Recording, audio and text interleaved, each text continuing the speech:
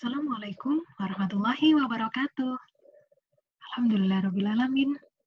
Kembali lagi kita berjumpa di perkuliahan Botani Farmasi 2. Pada pertemuan kali ini, kita akan sama-sama belajar tentang taksonomi tumbuhan rendah, khususnya divisi Sizopita dan juga divisi Talopita. Masih bersama saya, Anissa Mardiani, kita akan sama-sama belajar terkait masing-masing ciri divisi tersebut, contohnya, manfaat, dan sebagainya. Nah, sebelum membahas lebih detail, kita coba perhatikan gambar berikut ini. Ya, gambar tersebut antara lain ada berbagai macam bakteri dengan berbagai bentuk, berbagai warna, dan di sini juga ada berbagai alga, dan di bawah ini terdapat berbagai contoh jamur yang ada di sekitar kita. Masya Allah, sesungguhnya Allah yang menciptakan segala yang ada di muka bumi ini, semuanya untuk keseimbangan alam. Dan itu semua digunakan untuk kepentingan manusia. Namun, mungkin beberapa kita masih belum menemukan apa hikmah dari penciptaan tersebut. Untuk itu, kita sama-sama belajar untuk mengetahui lebih dalam. Nah, hari ini kita akan belajar tentang materi kedua, yakni tentang taksonomi tumbuhan rendah, khususnya divisi Sizopita dan juga divisi Talopita. Dari pertemuan kali ini, diharapkan saudara bisa memahami dan bisa menjelaskan kembali tentang tumbuhan tingkat rendah divisi Sizopita dan juga Talopita. Oke, sebelum kita belajar, nah ini ada beberapa referensi yang dapat saudara gunakan untuk mempelajari kembali ya materi ini. Karena perkuliahan itu, asal boleh tahu ya, perkuliahan itu tidak hanya di dalam kelas saja. Saudara bisa mengamati, membaca ulang, dan juga mencari referensi literatur jurnal dan sebagainya untuk mendukung pengetahuan saudara. Baik, sekarang coba kita amati bersama bagian berikut ini. Saya coba perbesar. Nah, ini adalah skema yang memudahkan kita untuk memahami pembelajaran tumbuhan tingkat rendah ini. Jadi, saat ini kita belajar tentang tumbuhan yang mana itu merupakan kingdom Plantae. Di sini ada tumbuhan tingkat rendah dan juga tumbuhan tingkat tinggi. Untuk tumbuhan tingkat tinggi akan kita bahas di pertemuan selanjutnya. Dan di tumbuhan tingkat rendah ini, divisi Sizopita dan divisi Talopita yang akan menjadi pembahasan kita kali ini. Jadi, divisi Sizopita dibagi lagi menjadi dua. Ada kelompok Cyanophyceae dan juga Schizomycetes. Nanti kita akan pelajari apa sih yang membedakannya dan bagaimana ciri khususnya. Nah, harap bersabar. Kemudian di divisi Talopita, nah ini ada 3 macam, antara lain, yakni algae atau ganggang, fungi atau cendawan, dan juga lichenes atau lumut kerap. Jadi, ini merupakan rangkuman skematis yang memudahkan kita untuk mempelajari tumbuhan tingkat rendah ini. Oke? Masih semangat ya? Jadi, sekarang kita akan mempelajari terlebih dahulu apa sih pengertian dari tumbuhan tingkat rendah.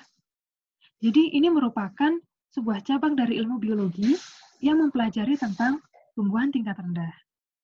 Dan kenapa disebut sebagai tumbuhan tingkat rendah? Berikut adalah alasannya.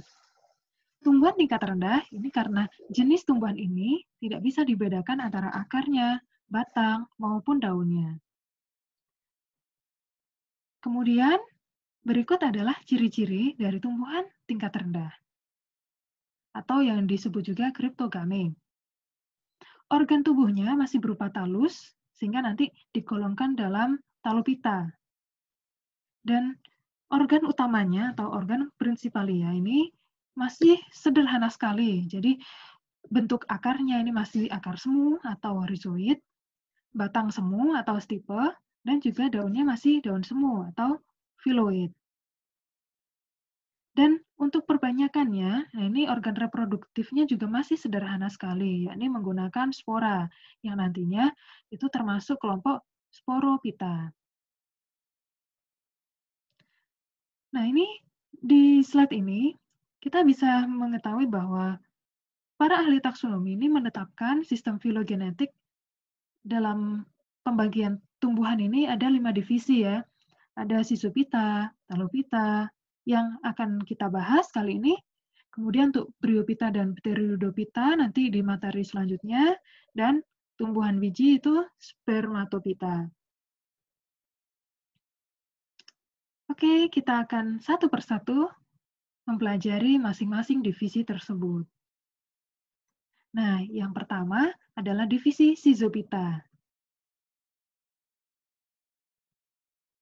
Dari bagian berikut, kita bisa mengetahui bahwa divisi Schizophyta dibagi menjadi 2 kelas, yakni kelas Schizomycetes dan juga kelas Cyanophyceae. Masing-masing kelas dibagi menjadi berbagai ordo. Kelas Schizomycetes dibagi menjadi ordo Pseudomonadales, kemudian ada Chlamydobacteriales, Eubacteriales, Actinomycetales, Begiatoales, Myxobacteriales, dan juga ordo Spirocetales.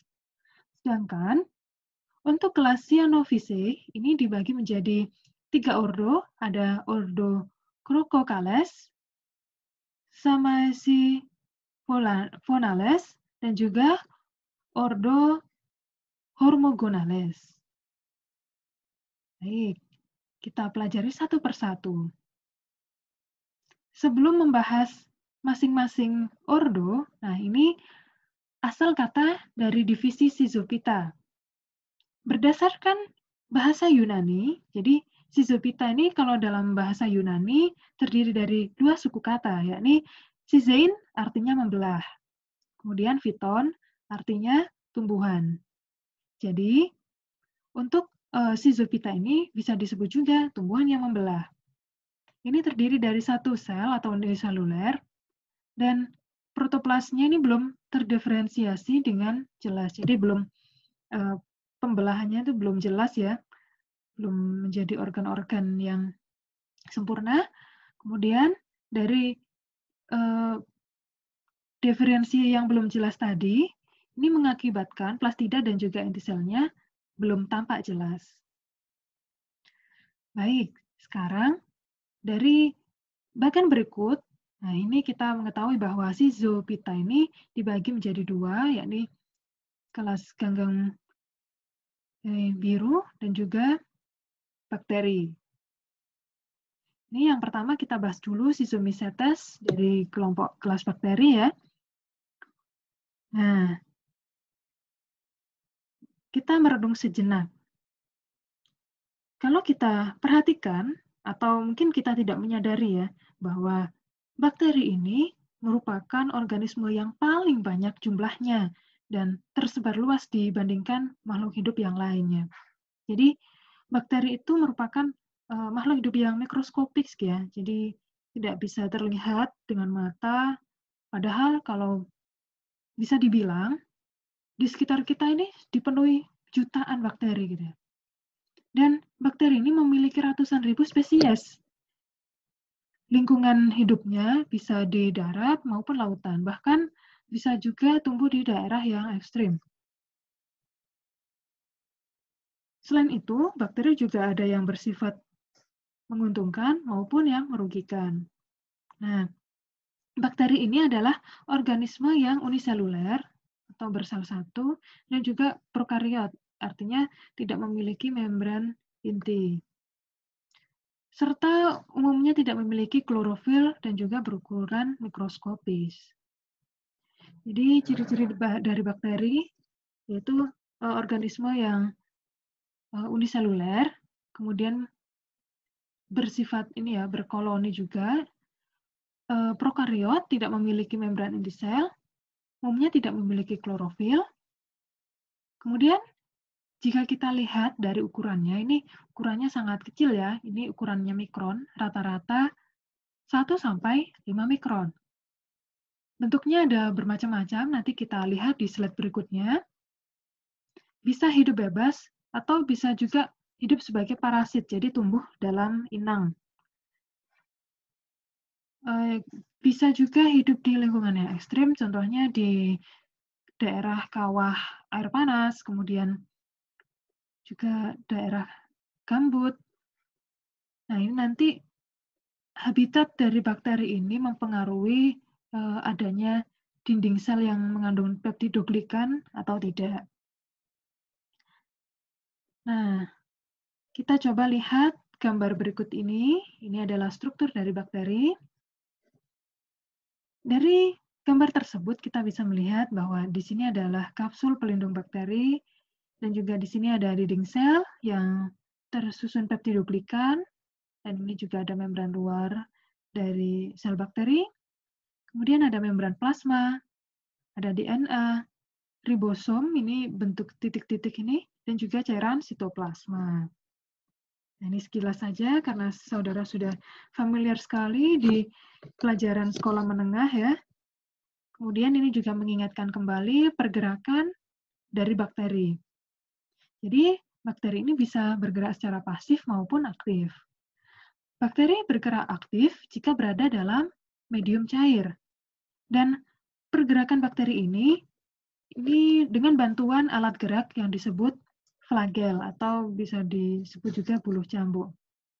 Ini macam-macam buluh cambuk ini antara lain monotrik, amfitrik, lofotrik, dan juga peritrik.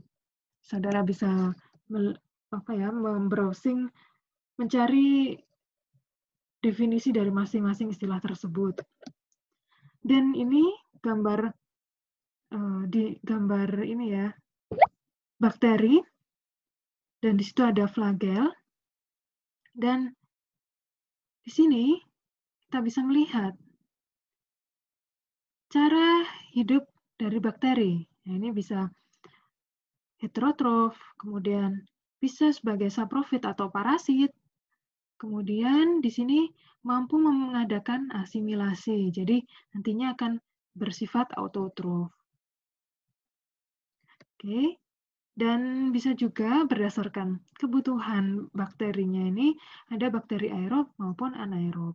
Jadi suka oksigen maupun tidak suka oksigen. Nah, sekarang sampai pada pembahasan perbanyakan bakteri, ini reproduksinya seksual dengan cara membelah diri, pembelahan binar, dan juga dengan cara seksual, ini dengan pertukaran materi genetik dengan bakteri yang lain. Nah, ini adalah macam-macam bentuk bakteri. Ada yang kokus, ada yang monokokus, diplococcus, dan lain-lain. Dan juga ada yang berbentuk batang. Jadi, mohon maaf, ini macam-macamnya ini biasanya apa ya? Ada yang berkoloni, ada yang tidak. Ini ya ciri khas dari bakteri tersebut. Dan ini juga pembagian ordonya.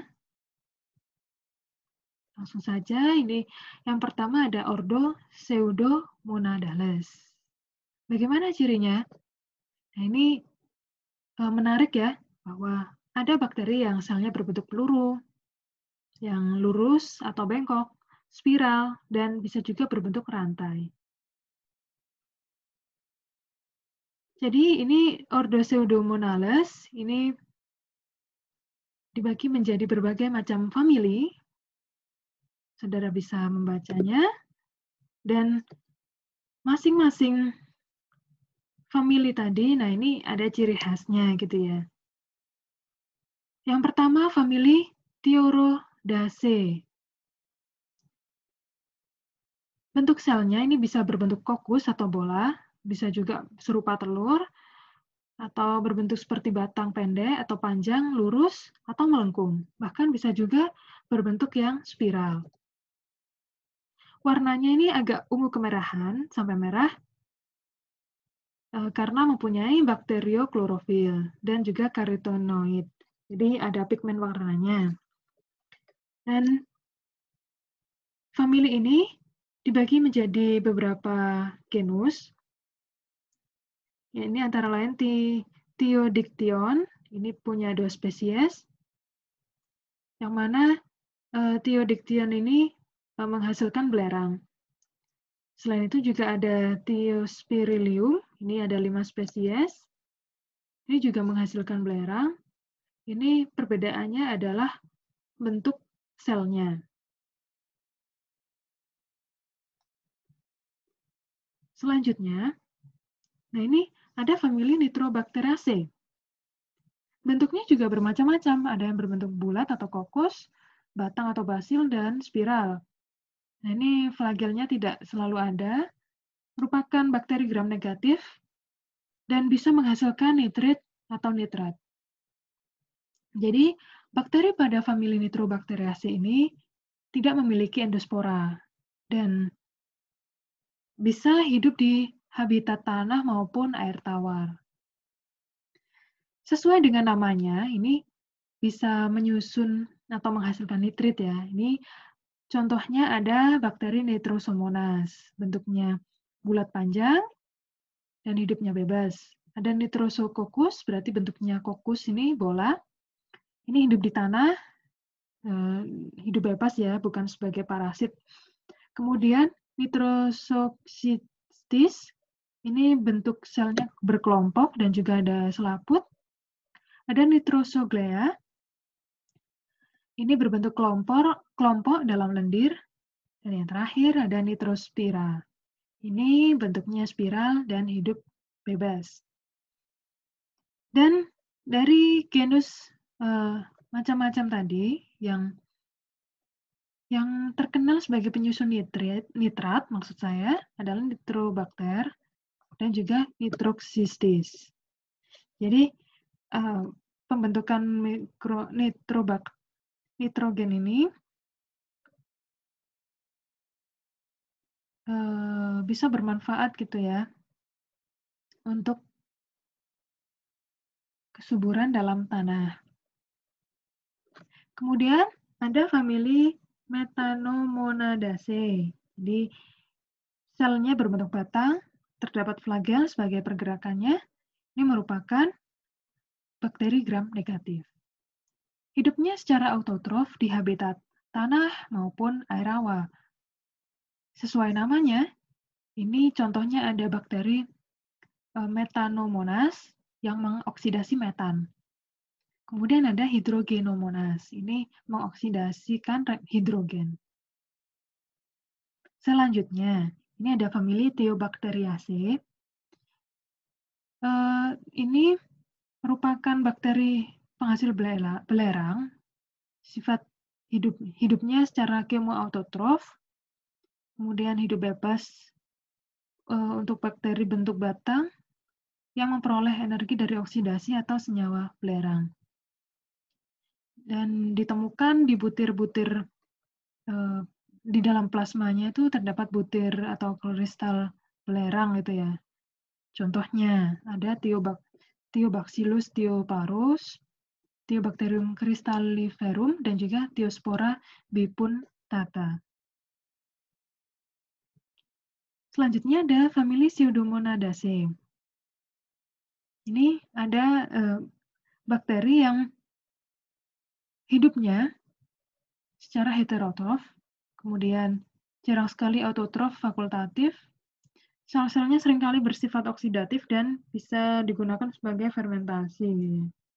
Ini contohnya pada Pseudomonas denitrificans, ini menimbulkan racun pada tempe bongkrek, sehingga tidak bisa dikonsumsi ya. Kemudian ada Pseudomonas solanacearum, menimbulkan penyakit layu pada suku Solanaceae atau terong-terongan, dan juga pada kacang tanah. Selain itu, contohnya ada Pseudomonas denitrificans. Ini berfungsi sebagai mereduksi nitrogen. Dan juga ada Pseudomonas malvacearum. Ini seperti namanya, malvase berarti dia menimbulkan penyakit pada kapas, tanaman kapas ya. Dan selanjutnya, ini ada famili Spirillacea. Jadi ini bakterinya bentuk tubuhnya bengkok, berbentuk koma sampai spiral. Contohnya ada bakteri Vibrio coma, ini menyebabkan penyakit muntaber. Kemudian ada Desulfovibrio desulfurican, ini mereduksi sulfat menjadi sulfida. Spirillum minus, Spirillum lipoverum. Jadi, Masya Allah ya, ternyata bakteri itu selain ada yang bermanfaat, tadi juga ada beberapa bakteri yang bersifat merugikan. Jadi penting sekali untuk kita mengetahui dan belajar hal ini. Mana yang nantinya bisa dijadikan untuk bahan obat, mana yang nantinya harus dibasmi gitu ya, karena menimbulkan efek yang merugikan. Selanjutnya di sini ada contoh dari Pseudomonas aeruginosa. Ini contohnya kita bisa melihat bahwa bentukannya ini berbentuk batang gitu ya. Ini merupakan bakteri gram negatif, berbentuk batang lurus atau lengkung. Kemudian ukurannya 0,6 kali 2 mikron. Ada yang tunggal, ada yang berpasangan, ada yang membentuk rantai pendek. Dan bakteri ini tidak memiliki spora atau dan juga tidak memiliki selubung, serta mempunyai flagel. Jadi ini warnanya bisa bermacam-macam gitu ya, karena ada kandungan asam amino aromatik dari bakteri tersebut. Jadi bisa berwarna biru, kemudian agak kuning, dan sebagainya. Nah, selanjutnya adalah Ordo Chlamydobacteriales. Berikut adalah ciri-cirinya, yakni selnya berderet membentuk koloni. Kemudian di dalamnya ada penyelubung koloni yang terdapat zat besi. Dari ordo ini terdapat dua famili Chlamydobacteriaceae dan juga famili Crenotriskaceae. Bedanya dari kedua famili ini adalah adanya sel kembara. Kalau yang Chlamydobacteriaceae ini terdapat sel kembara, sedangkan Crenotriskaceae ini tidak membentuk sel kembara. Berikut adalah contoh-contoh bakteri yang termasuk ke dalam famili tersebut. Nah, selanjutnya ini ada Ordo Eubacteriales. Cirinya, selnya berbentuk bulat, dan pergerakannya ini dengan flagel yang peritrik.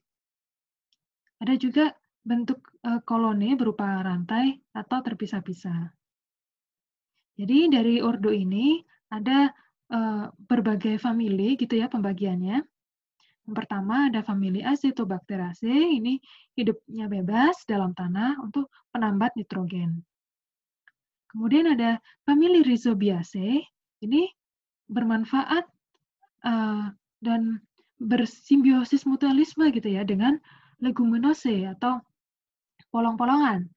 Dan ini biasanya dapat diketahui akan terdapat bintil pada akarnya yang digunakan sebagai penambat nitrogen. Nah, ini contohnya ada Rhizobium leguminosarum, Rhizobium japonicum, Rhizobium masseoli, Agrobacterium tumefaciens. Selanjutnya, kalau tadi ada bakteri yang bisa bersimbiosis, yang bermanfaat gitu ya. Nah, ini pada famili Enterobacteriaceae, ini merupakan bakteri yang patogen. Jadi, bisa ditemukan di berbagai saluran tubuh manusia gitu ya.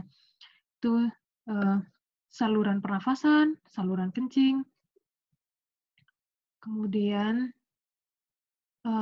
menimbulkan fermentasi aerob pada glukosa. Ini contohnya pada Escherichia coli, Salmonella typhosa, Shigella dysentery. Gitu. Kemudian ini ada famili Micrococcaceae, ada Neissereaceae, famili Lactobacilliaceae, dan juga famili Bacilliaceae. Selanjutnya, ini ada ordo Actinomycetales. Jadi, cirinya selnya memanjang dan hampir mirip hifa jamur. Ini dibagi menjadi beberapa famili, ada Mycobacteriaceae, contohnya ada Mycobacterium tuberculosis, ini penyebab TBC, dan juga Mycobacterium leprae, ini penyebab lepra. Ada juga famili Actinomycetaceae. Ini selnya membentuk miselium dan spora. Ini contohnya Actinomyces bovis. Selanjutnya famili Streptomycetaceae. Ini selnya membentuk Streptomyces miselium. Contohnya ada Streptomyces pradeae, Aurovaciens, Streptomyces rimosus, Streptomyces venezuelae. Jadi memang saudara, untuk botani farmasi 2 ini sangatlah banyak hal yang dipelajari, mulai dari familinya, kemudian ordonya, dan juga ciri-ciri spesifiknya. Nah, itu akan lebih baik dan bisa memudahkan saudara belajar. Itu bisa dibuat rangkuman atau bagan skema untuk bisa langsung menspesifikasikan dan bisa memberikan ciri yang lebih spesifik. Nah, ini adalah contoh bakteri yang merugikan gitu ya. Ini ada Neisseria gonorrhoeae, ini penyebab raja singa. Kemudian ini ada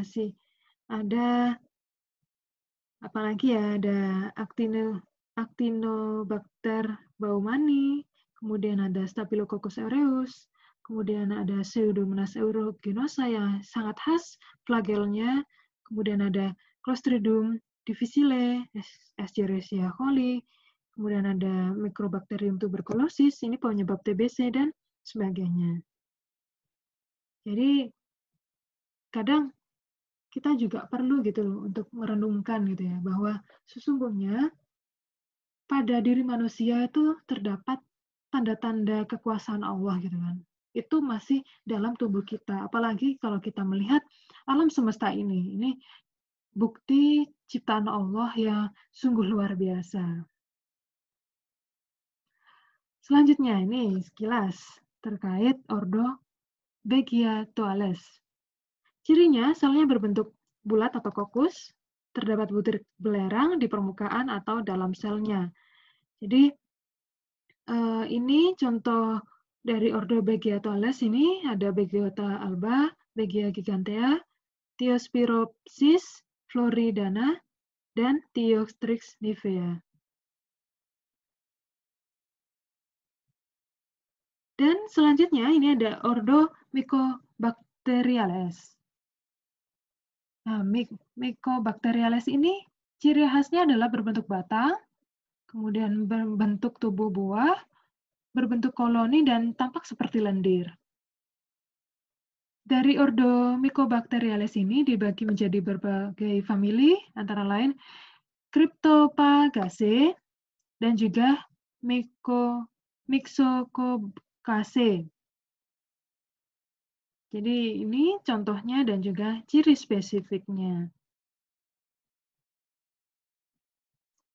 Dan selanjutnya ada ordo Spirocetales. Cirinya selnya berbentuk spiral dan ukuran panjangnya antara 6 sampai 500 mikron. Ordo ini dibagi menjadi famili Spirocetaceae dan juga famili Treponemataceae. Nah, di famili Treponemataceae ini contohnya ada Treponema pallidum, ini merupakan bakteri patogen yang menyebabkan penyakit sifilis, dan Treponema pertenue dan Borrelia anserina ini patogen pada burung.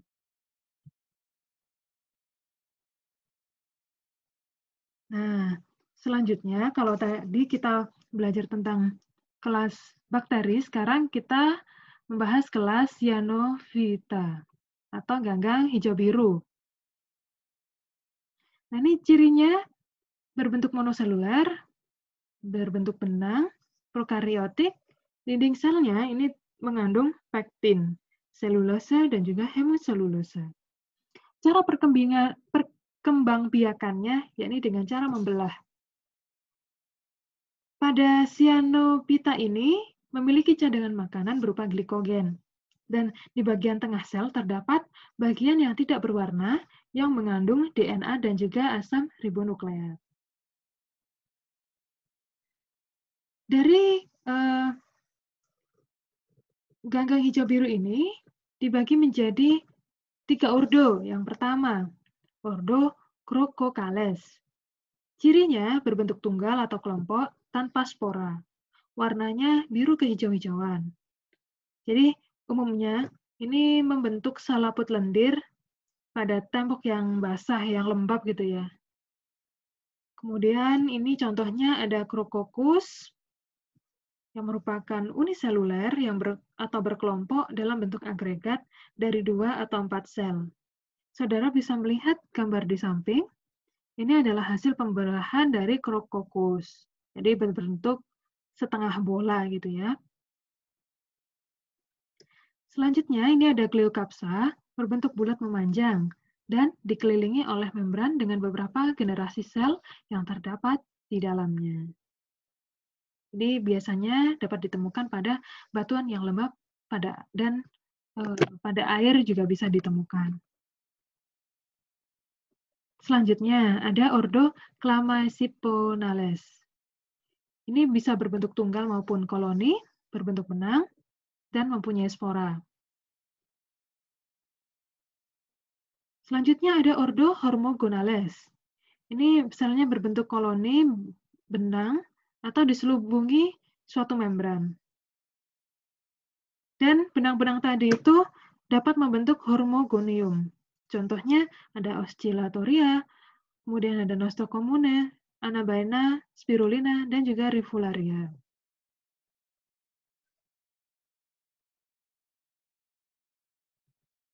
Apa saja manfaat dari ganggang hijau biru ini? Nah, ini ada beberapa macam manfaat gitu ya. Yang pertama, untuk ganggang yang berjenis nostoc, ini dapat membantu penyediaan nitrogen untuk pertumbuhan padi di sawah gitu ya. Kemudian ada juga ganggang hijau biru yang merupakan golongan yang merupakan spesies ya dari Anabaena azulea ini dapat digunakan sebagai penghasil amonia gitu. Yang mana Anabaena azulea ini bersimbiosis dengan Azolla pinnata atau paku air. Jadi paku tersebut, tanaman paku tadi memfiksasi nitrogen di udara dan mengubahnya menjadi amoniak yang bermanfaat bagi tanaman. Nah, selanjutnya adalah ada spirulina. Nah, ini ganggang yang mengandung banyak protein. Nah, bisa digunakan sebagai sumber makanan atau kita juga mengenalnya sebagai protein sel tunggal.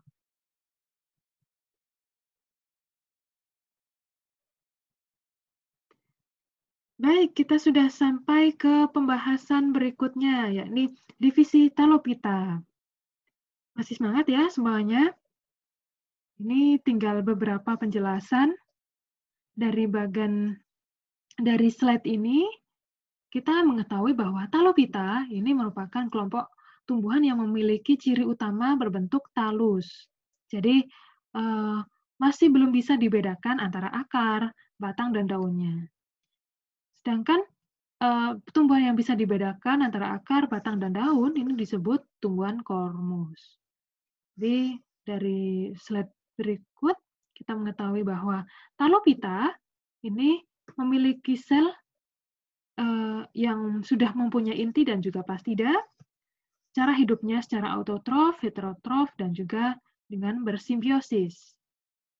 Untuk perkembangbiakannya sendiri, ini bisa menggunakan 2 cara, yakni seksual dengan peluburan gamet dan aseksual atau menggunakan spora. Nah, sekarang kita lihat pada bagian berikut ini. Jadi, ini kita bisa melihat talupita dibedakan menjadi 3 subdivisi, ada alge atau ganggang, fungi atau jamur, dan juga lichenes atau lumut kerang. Apa saja perbedaan dari masing-masing subdivisi tersebut? Nah, sebelumnya kita lihat di sini bahwa tumbuhan talus ini tersusun dari satu sel yang berbentuk bulat, sehingga banyak sel yang kadang-kadang mirip dengan tumbuhan tingkat tinggi, karena sudah mengalami diferensiasi. Dan tadi juga sudah dijelaskan bisa melalui seksual maupun aseksual untuk perkembangbiakannya. Dan untuk perkembangbiakan secara generatif atau seksual ini bisa melalui peleburan gamet yang terbentuk di dalam organ disebut gametangium. Nah, yang pertama kita bahas dulu terkait ganggang atau alge. Nah, ini ganggang ini ada yang memiliki satu sel atau yang banyak sel gitu ya, uniseluler atau multiseluler. Bedanya dengan yang tadi, kalau bakteri itu kan prokariot, kalau yang ini sudah eukariot gitu ya. Dan ini berdasarkan zat pigmennya yang menyusun alge tersebut, ini dibedakan menjadi warna hijau karena mengandung klorofil, kemudian ada yang berwarna pirang atau coklat karena terdapat ficosantin, warna merah disebabkan oleh ficoeritrin, warna keemasan disebabkan oleh karoten, dan warna kuning karena disebabkan oleh kandungan xanthofil di dalamnya. Nah, yang pertama kita bahas yang mengandung warna ini ya, hijau atau chlorophyta. Jadi, pada chlorophyta mempunyai pigmen klorofil A, B, karotin, dan juga xanthofil. Jadi, alga jenis ini merupakan yang paling banyak ditemukan di alam ya, dan dapat melakukan fotosintesis, memiliki cadangan makan berupa amilum, dan sebagian besar, yakni sekitar 90% hidup di air tawar, dan sebagian kecil, sekitar 10%, hidup di lautan. Jadi hidupnya umumnya sebagai plankton atau bentos yang menempel pada batu dan tanah. Contohnya ada ulva spesies, Spirogyra, Chlamydomonas, Euglena, Hydrodictyon, dan juga Eudogonium cara. Nah, ini contoh dari chlorophyta, bisa kita lihat. Nah, selanjutnya, ini adalah beberapa Chlorophyceae. Ini yang mempunyai pigmen klorofil ya tadi ya, ini ada Chlamydomonas, ini bentuknya sangat cantik sekali, Pediastrum, kemudian di sini ada Spirogyra. Nah, ini bisa diamati di mikroskop ya untuk melihat strukturnya lebih lanjut. Selanjutnya ada Chrysophyta. Nah, ini bisa bentuknya uniseluler atau multiseluler. Kemudian pigmennya dominan adalah karoten. Bisa juga mengandung klorofil A, klorofil C, karoten, xanthofil, dan juga ficosantin. Hidupnya dengan cara autotrof, reproduksinya bisa melalui aseksual, yaitu dengan pembentukan auxspora, dan juga dengan cara membelah diri, dan seksualnya dengan cara oogami. Nah, ini contohnya, saudara juga bisa melihat, ini ada gambar Chromonas, Navicula, dan juga Fauceria. Dan ini adalah diatom. Nah, selanjutnya kita sampai pada Phaeophyta atau ganggang yang berwarna pirang. Ini saudara bisa menemukan di daerah pantai. Jadi, mulai saat ini misalkan ada kesempatan untuk berlibur ke pantai gitu ya, jangan sekedar berwisata saja, tetapi kita juga tadabbur alam, kemudian melihat lingkungan sekitar kita, kira-kira kalau ada alge itu yang jenis apa. Nah, itu bisa dilakukan pengamatan.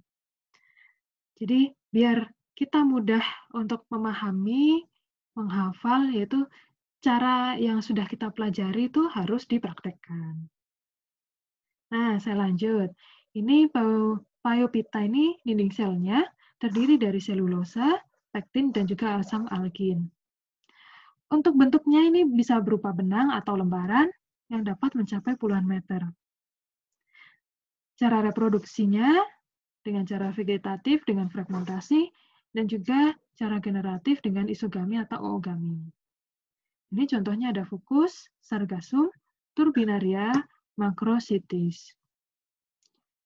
Ini lebih jelasnya, saudara bisa mengamati.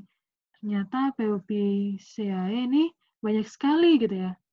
Tadi kalau misalkan terdapat di pantai, nah ini ketika saudara diving ke dalam laut gitu ya, nah ini bermacam-macam gitu. Saudara bisa mengamatinya, Masya Allah. Ciptaan Allah itu sungguh luar biasa. Nah, selanjutnya kita sampai ke Rhodophyta. Nah, ini ciri khasnya adalah warna merah yang disebabkan oleh pigmen phycoerythrin yang terdapat di dalamnya. Jadi, phycoerythrin ini dominan dibandingkan pigmen lainnya seperti klorofil, karoten, dan juga xanthophyll. Bentuknya ada yang uniseluler, mohon maaf, bentuknya umumnya ini multiseluler ya. Kemudian ini termasuk makroskopis dan tidak berflagel.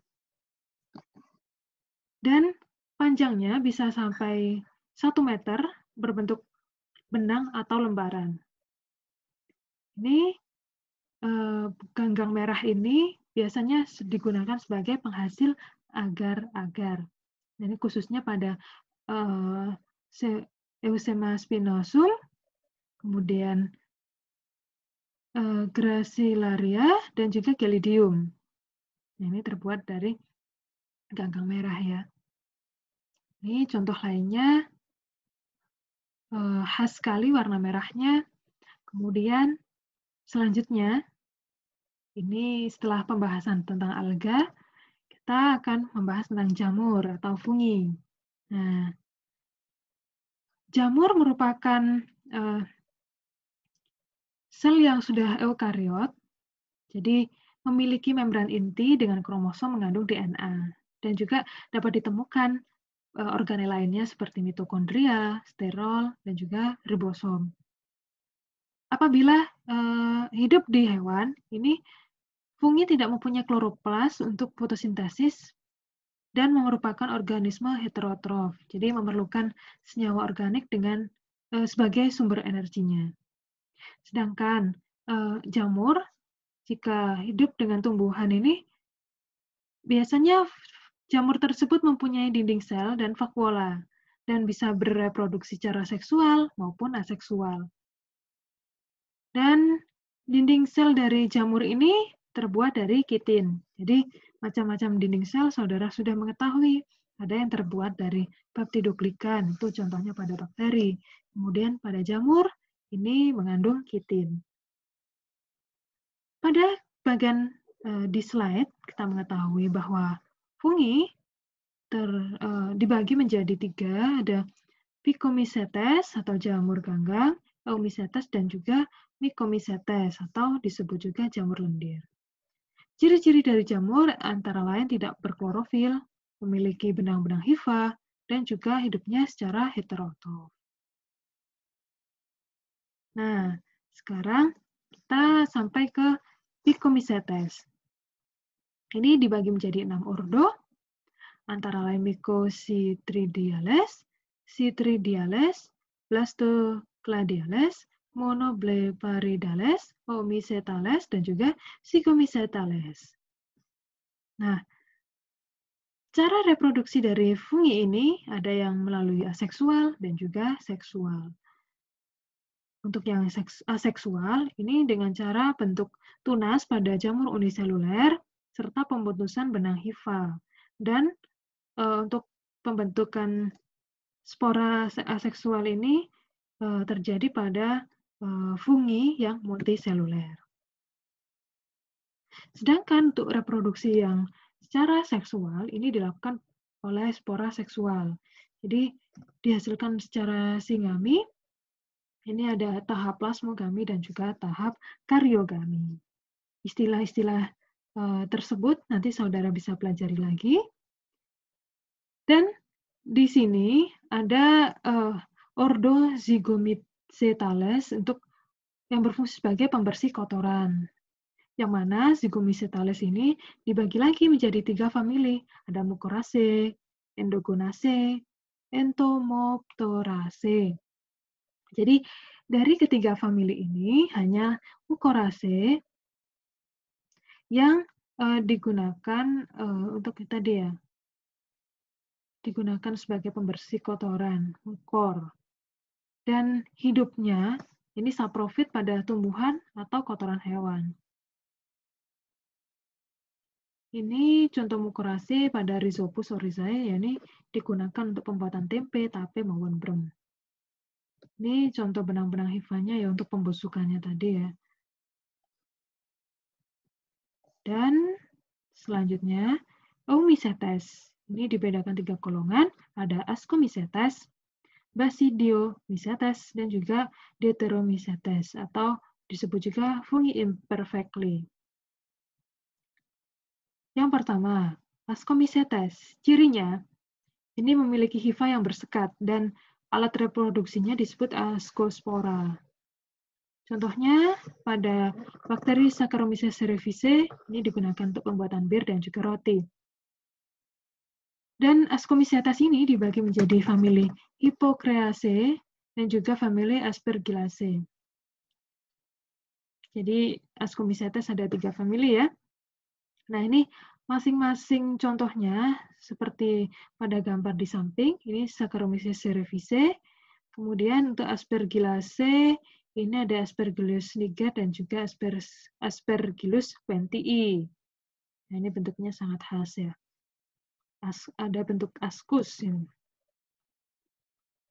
Selanjutnya ada Basidiomycetes. Nah, ini hifanya bersekat, alat reproduksinya dengan Basidiospora. Ini contohnya ada jamur kuping yang merupakan famili Auriculareales. Ini bentuk tunggalnya. Kemudian ini kalau berkelompok ya. Ini ada basidium dibagi dalam 4 sel yang bersekat melintang. Nah, selanjutnya pada fungi imperfectly ya. Ini tidak mempunyai askus atau basidium. Jadi cara berkembangannya dengan conidium. Nah, ini maka disebut sebagai jamur yang tidak sempurna. Ini contohnya, Myxomycetes. Cirinya tidak berklorofil, tubuhnya berupa massa protoplasma telanjang yang bergerak sebagai amoeba. Nah, ini kita lihat di sini, jamur lendir. Nah, ini menempel ya pada pepohonan. Dan pembahasan terakhir kita sampai pada lumut kerak atau lichenes. Nah, ini merupakan suatu organisme majemuk yang cara hidupnya dengan cara simbiosis mutualisme, ini antara alga dan juga bakteri gitu ya. Nah, lumut kerak atau lichenes ini cirinya memiliki warna hijau keputih-putihan gitu ya. Jadi ada bercak gitu. Kemudian ditemukan tepung yang berasal dari sel ganggang yang terbungkus hifa, memiliki soredium, dapat melekat pada batu atau tembok yang tidak ditempati oleh makhluk hidup. Nah, jadi nanti bisa digunakan sebagai ini ya, membuat kehidupan ya. Kan tadi itu awalnya batu, kemudian tembok yang tidak bisa untuk tumbuh.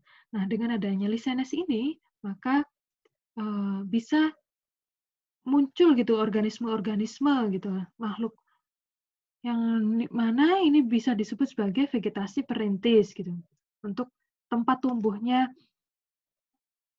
jamur atau lumut yang lain gitu ya. Kemudian di sini lumut kerak dikenal sangat sensitif terhadap zat-zat polutan berbahaya, sehingga dapat digunakan sebagai indikator gitu ya. Misalkan ini kan tidak bisa hidup di lingkungan yang tercemar. Jadi biasanya ditemukan di daerah pegunungan, hutan gitu kan. Ini digunakan sebagai indikator, bisa untuk indikator polutan. Dan pertumbuhan talusnya ini sangat lambat, bersifat autotrof dan mampu mengikat nitrogen di udara. Nah, seperti yang saya jelaskan tadi, ini sangat sensitif gitu ya terhadap polutan yang berbahaya. Jadi bisa digunakan sebagai indikator pencemaran lingkungan. Dan fungsi lumut kerak ini contohnya pada usnea ini ya, ini dapat menghasilkan asam usnin yang dapat digunakan sebagai obat TBC. Kemudian ada juga Rosella tinctoria. Ini dapat digunakan sebagai pembuat kertas lakmus. Jadi indikator.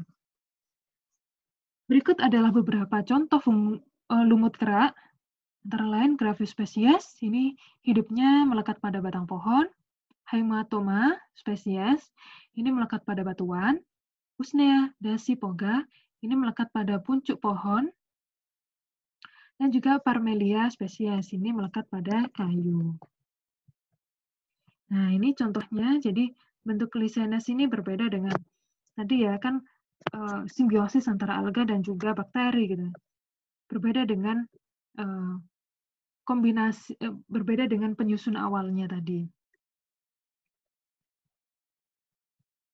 Baik, itu saja apa yang bisa saya sampaikan. Setelah ini mungkin kita akan berdiskusi lebih lanjut dan juga bisa melaksanakan kuis. Terima kasih atas segala perhatiannya, semoga bermanfaat.